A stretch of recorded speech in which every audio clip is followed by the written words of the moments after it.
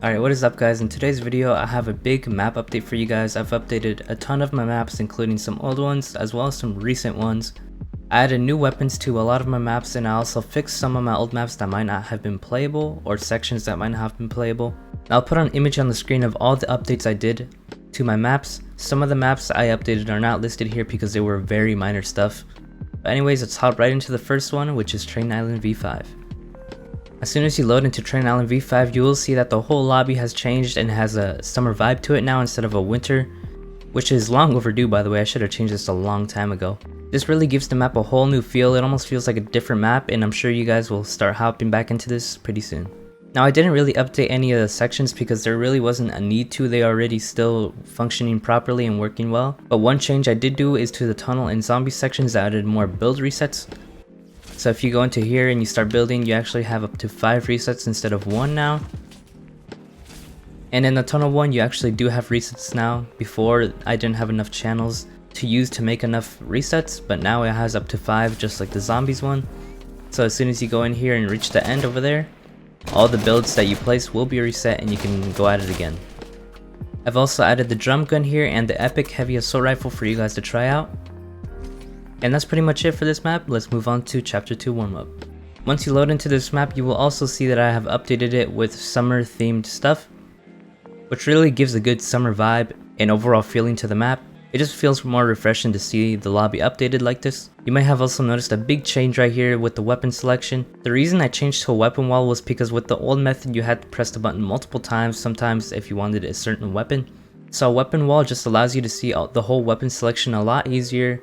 I've also added the drum gun and the epic heavy assault rifle to this map as well. And they're also very easy to grab. As you walk up to it, you can see all the weapons. You have no trouble picking them up. I also want to thank you guys so much for 1 million players in this map. If you do enjoy it, keep sharing it with your friends. This has become one of my most successful maps. I want to thank you guys so much for that. It has one of the most daily players out of all my maps right now. As well as realistic edit map is actually catching up to this map. The realistic edit map actually has almost similar daily players to this map, and it has half the players, so that's insane. Thank you guys so much for that. And as long as you guys keep playing my maps, I'll keep updating them. Now for Train Island 3, one of my most popular ones on my YouTube channel, I have updated it recently. You can see right here the patch notes.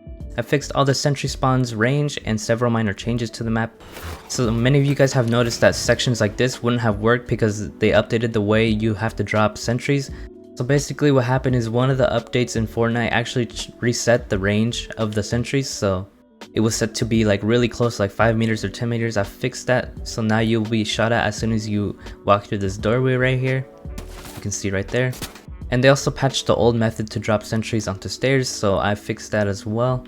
So if you go into the warm-up sections, they will be functioning properly again, as well as the tunnel section here, and the 360 was kind of buggy as well. I fixed that.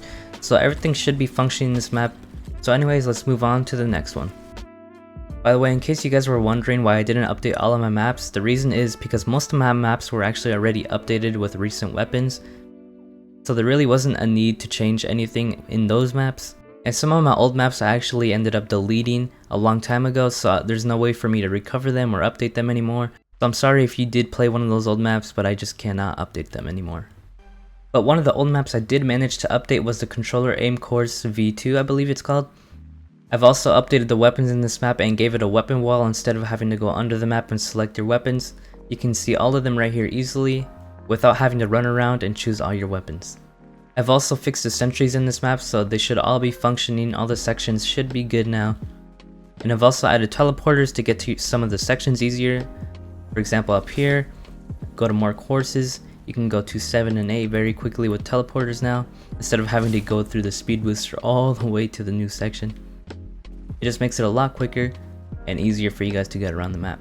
Now here's another old map I updated, which was called Pressure Course. A lot of you guys may not know what this is, but it was honestly one of my most unique maps I've ever created.